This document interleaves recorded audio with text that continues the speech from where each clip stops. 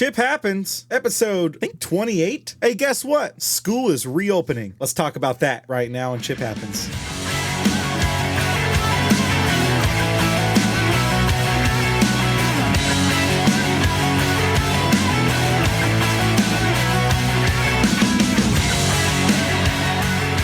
All right, I cannot believe that school is going to reopen. Never thought we'd get there. Never thought we'd get there, honestly. I mean, we got the word, I think this week is the beginning of March. So we got the word on Tuesday, which should be the 2nd of March. In case you guys don't know, Paramount Plus is out today. I don't even know what that is. It's a streaming service. I'm tempted to go out and purchase it, but I'm not really. I don't know. I probably will. I have them all, but you never know. I think streaming services, there's a dime a dozen. You don't even know. Like, I have Peacock, and I don't even think I watch Peacock anymore. I think I just got it for Parks and Rec. I probably should cancel that thing. I've been paying for it for a past year, so I don't know. We might need to go and cancel that one. Hey, before I begin about school reopening, please make sure you are following me on Twitter so I can hear your guys' opinion. It's @_ChipHappens. Right? Let me know. Let me know what you think about school reopening. Is it about time? You know, should we have waited? What do you guys think? What do you guys think? I mean, I've been hearing like 4 reopening plans throughout the entire, like, I don't know, year since this is happening. It's almost been a year. I think it'll be a year on the 16th. So right when we're coming back to school, because we're coming back to school, at least my district, on the 16th so far. I mean, it's not like set in stone yet, but you never know. So I don't know. It's kind of cool. But anyways, as we are talking about school reopening, I want to reiterate again that this is just my opinion. All right. I don't want any of this I don't want to ruffle any feathers on either side. I do have an opinion about this. I don't really like to share my opinion a lot about politics, that sort of thing, but today's going to be a little bit of a different day. I'm going to try my best to dance around it and be as nice as possible, but understand there's a lot of strong opinions about this topic. So as we get into it, we're going to watch a couple news articles just to get you up to speed on what we are talking about. The first one is May 28th, 2020. So we are about, I don't know, a few months deep into this pandemic, just going into the summer of 2020, right? And we're going to listen to this one. This is about opening schools. Now, we're in Fresno County, so we're going to talk about opening schools and releasing guidelines because they thought we were coming back to school in the fall. All right, let's listen to it right now. Well, tonight, students in Fresno County could see some big changes when they return to school in August. The Fresno County Superintendent of Schools is working on some of the new guidelines that will be in place, from improving sanitation to social distancing and possibly wearing a face mask. Our Shauna Kalafi is live at Buchanan High School tonight, where a virtual graduation ceremony was held tonight. And Shauna, students will have to adapt to a whole new normal. Graduating seniors tonight, and although he's heading off to college, he says he's heard from some underclassmen who are worried about missing sports and other activities once school resumes. Some Clovis West seniors walking across the stage tonight at a virtual graduation ceremony. I'm feeling good. I'm excited, to be honest. I mean, it wasn't the way how I wanted it to end, but I mean, I'm just grateful that it did get to end this way. But for students not graduating this year, things may look a little different when they head back to school. The Fresno County Superintendent of Schools sending out guidelines for when schools resume in-person classes. So what our local school districts can do is take this document as a guideline and use it as their own, or they can adapt some of the tenets from the guideline to their own districts and to their own unique communities. Some of those recommendations include spacing desks farther apart and bringing individually plated meals to students in their classroom instead of having them eat lunch in the cafeteria. I couldn't imagine it. It's going to be a lot different than what I had to go through, for sure. The county superintendent of schools creating 14 different subcommittees and collaborating with district leaders to help finalize the guidelines. So that we have the voices from large districts, small rural districts, and everybody collaboratively working to put verbiage into this document so that when we do reopen schools, it's safe for everybody. Gutierrez says they hope to have the final draft of the guidelines ready by next Friday. Yeah, so the final. Fresno Unified says they're working on their plan for reopening now and should have more information by June or July. And Clovis Unified still planning on starting the school year in person on August 17th. They say they should have details worked out by mid-July at the latest. Reporting live in Clovis, Shauna Kalafi, KC24. Wow. We were so young back then, man. We had no idea any of this stuff was going to happen. good. Wow, possibly wearing a mask. I'll share a quick mask story. I was in the middle of moving during that pandemic. I bought a house. I was actually in the process of buying a house before that pandemic. So I was kind of naive about it. I didn't understand exactly what was going to happen. I don't think anyone did at that particular point, but you never know. So I went through and I went to Home Depot because we were buying stuff for the new house. We just moved in. It was, I think, the beginning of April. Maybe it was the end of April. We just moved into this new house and I had to go buy some stuff from Home Depot like every new homeowner will have to. I go to Home Depot early in the morning, maybe 8 o'clock. No, it's probably not. I think it was like 7:30, early in the morning to go get some stuff so I can get to work where the heat comes on. And literally go to Home Depot, come back, realize I forgot something. Because if you're not going to Home Depot like 6 times during a trip, did you really even go to Home Depot, you know? Are you really even building anything? I went back and I get stopped at the door by this dude who says I need a mask. And I was very confused. I had a mask in my cart someone made for me, but it was more as like a joke at that time. Like no one really, at least here, no one really took a mask like seriously at that particular point. So I had to go back to my car and grab my mask, which wasn't super serious, but it was really weird. So I'm like, dude, I was just in here this morning. He goes, corporate changed their rules and you need to wear a mask. So it was wild. I had no idea about any of that stuff. So when it comes down to wearing a mask, it was crazy back then that we're like, maybe even wearing a mask, we might have to wear a mask. We just might. And now look at us, man, we're wearing masks and getting stuff going. So anyways, we went through that first semester, fall semester, distant learning, and we're trying to figure out a way to get back. Some people went back, some people didn't go back, some people defied the orders and just went back anyways. Looking at you, Emmanuel Schools. So let's move real quick. So California, to get an incentive to go back, they offered like pay, like extra funds, I guess. Now I'm not really into administration, nor am I into any of that sort of thing with funds wise, but we're going to listen to Gavin Newsom, which is California's governor right now. Well, he may not be. He's getting recalled. I think he's still going to be, but we're going to listen real quick to this. I actually don't even think that this is going to be Gavin. It might be Gavin. Who knows? We're going to check it out. Here we go. And now, Michael, the challenge to reopen schools. Details on California's new plan to get kids back in the classroom. According to the school opening tracker Burbio, less than 12% of the state's public school students are attending class in person. 12%. Kaylee Hartung is live at a mass vaccination site for teachers that's just outside of Los Angeles. Good morning, Kaylee.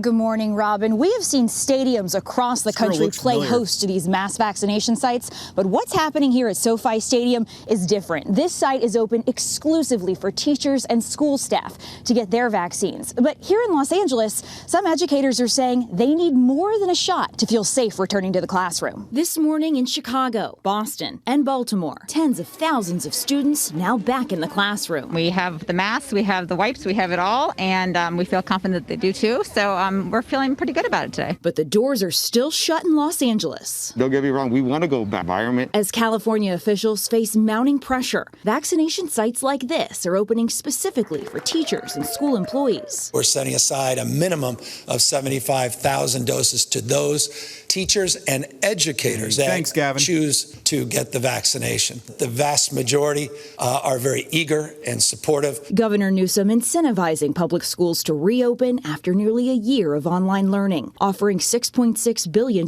in grants to California schools who return students to the classroom at least through second grade by the end of March. But even with the vaccine news, not all educators are on board. Until staff has been given access to vaccines and until we have scary health and safety measures at each site, we will not accept an arbitrary return to school date. United Teachers Los Angeles, one of the largest teachers unions in the country, is now voting to refuse in-person learning until all their safety measures and conditions are met. What do you say to those parents who are frustrated and begging that the schools reopen? I would tell them that we're just as frustrated. When you have card rooms and bars open, but yet schools have not been given the adequate funding and resources to open, yes, I think we all could agree that that's something where we feel the same, frustrated.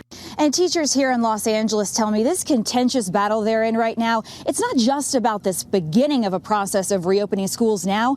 It's a fight to maintain a safe environment for years to come. Robin. Have to keep that in mind. Kaylee, thank you. Thanks, Kaylee. Hi, everyone. George. No, we don't need to hear from you, George. So anyways, yeah, I think it's wild. I don't know. That kind of echoes a lot of the frustrations between both sides. And we have one more video to kind of watch. That one came out just a couple days ago, 2 days ago. I kind of messed up a little bit, but Gavin Newsom has a plan that he released in December 30th. But the plans always change, man. Plans are always a little bit different. So I think when it comes down to opening schools, I think let's listen to Gavin's plan real quick, and then I can kind of mirror it with my own kind of opinion. So it's only 2 minutes, so we're gonna listen to this. Here we go. This is KCLA 3. We begin with breaking news.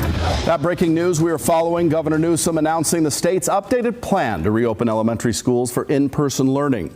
He introduced 4 pillars to help students get back into the classroom. First, funding to support a safe reopening. The state budget will propose $2 billion to support safety measures. About $6.7 billion in state and federal funds has been helping schools. Second, safety measures for classrooms. That will include surgical masks for all teachers, masks for all students, and frequent testing and contact tracing. And third, oversight and assistance for schools. A team will help schools navigate reopening and enforce their safety plans. And fourth, transparency and accountability for families and staff. The state will launch a dashboard to see reopening statuses, funding available, and data on school outbreaks. The governor says the goal is for this to start in the early spring. Youngest cohorts and those that are most in need are high-risk children, special education, those populations, foster care, homeless children, and others that clearly need that extra amount of support. So the idea is to begin TK26 with special ed and populations, as we note here, that have been disproportionately impacted. There is also a web-based hotline where teachers and parents can report concerns. The governor says schools not following these rules will be disciplined, although did not detail what that would look like. Oh, we know what that looks like. He also suggested the possibility of the school year being extended to help address learning loss. Oh, no. Creative in terms of funding to address the issue of learning loss. We're going to be creative to look more broadly outside of the previous constructs that are well defined, as Linda said, in sort of this mantra of mindset that goes back to an agrarian society that no longer exists, that has a presumption that 99% of us will be toiling in the fields come this summer. And so looking at extending the day, looking at extending into the summer, looking at the opportunity to get tutors and additional supports to address comprehensively the learning loss, I can assure you is not only top of mind, it's foundational in terms of the budget.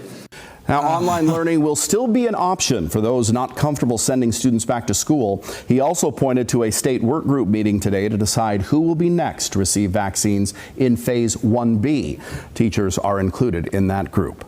Wow. Okay. Oh. Grammarly. I usually am pretty good at stopping it. Wow, Gavin, thanks, man. That's awesome.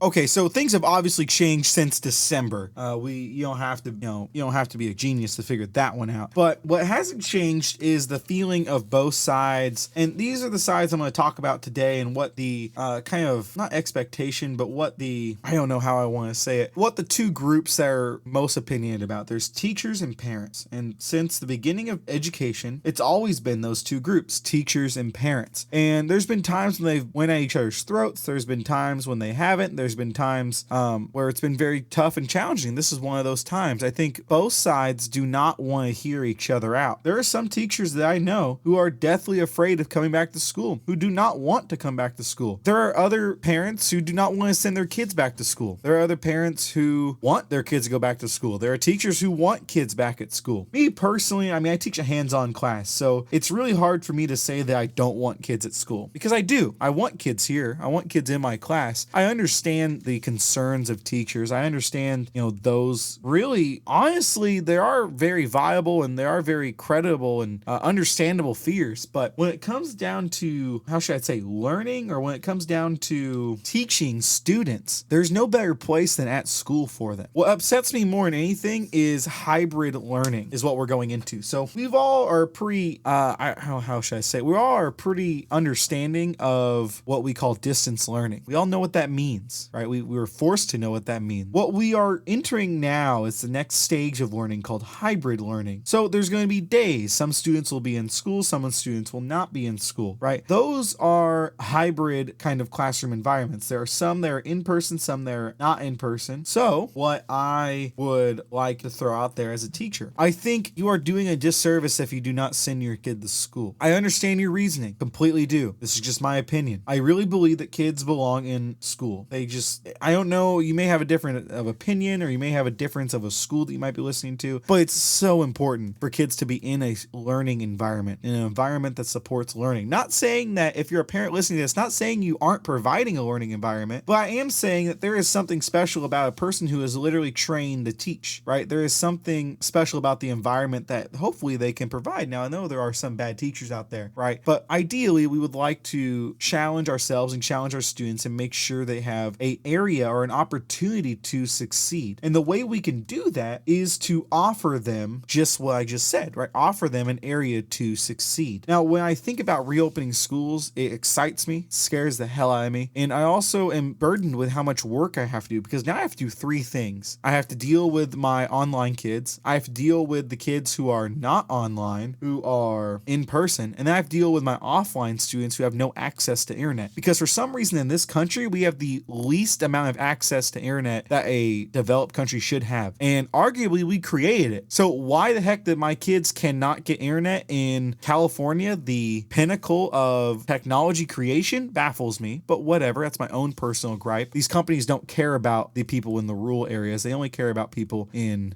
their cities. Now I understand why. I mean, that's the money's there, right? The most people, the most customers are going to be in those cities, so they're going to care about that. The fact that I am literally 5 minutes away, where I live right now currently, I am literally 5 minutes away from the city, and I do not have access to high quality, affordable internet, baffles me. And that's a shame on this state and this country. Anyways, that's a whole nother topic. When it comes down to schools reopening, we need to be smart about it, right? Obviously, masks are important. I mean, I was wearing masks before they were cool in my class because of sawdust and potentially cancer-causing chemicals that might be in them, right? So we've been wearing masks for a while, so that's never a big deal for me. What's a big deal for me is that now I have to juggle in-person kids who are not able to interact with online kids anymore because they're not able to be on the Google Meet or the Zoom call because we don't have the internet bandwidth to support them. Blows my mind. Goes back to the freaking internet part that I was just talking about. Blows my mind. But I digress. So when it comes down to learning, when it comes down to education, teaching, we really need to try our absolute hardest to engage and interact with kids, because right now they're not getting any of that. And honestly, when they go a hybrid, they're not either. I mean, they have an option. They can go back to distance learning. They can revert back. And once they get here, they're going to realize we're doing the same thing just in person, because I can't build projects because the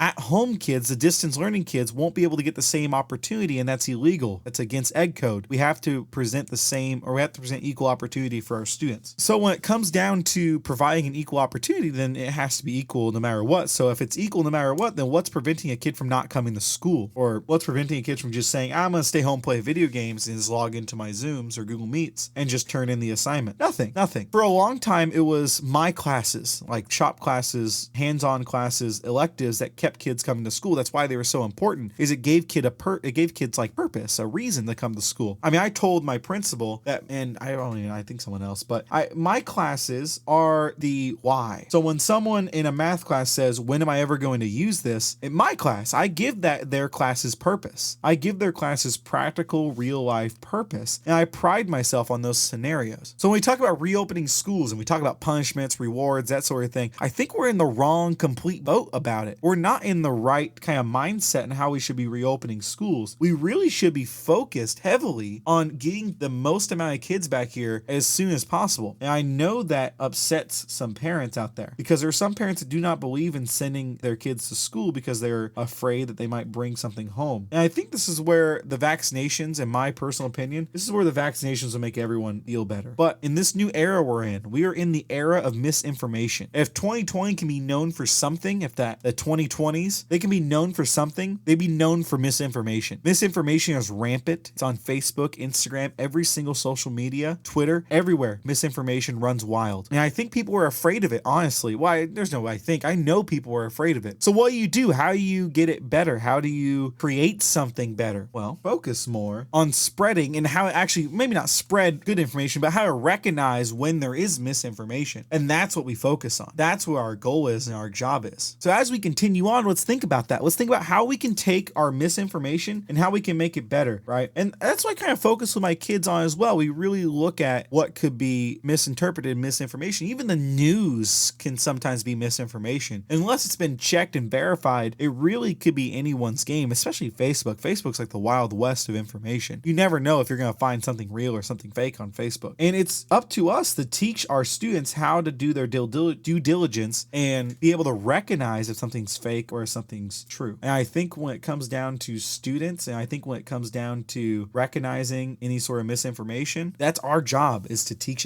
them that. Anyways, be a friend, tell a friend. If you like this podcast, let someone know, share it with a friend. You know, it's always better shared. If anyone has any sort of opinion on this, I would love to hear it, and I would love to basically just interact with you guys. So please follow me on Twitter again, _ChipHappens. Until next time, I will catch you guys on the next episode. We will see you guys later. Peace.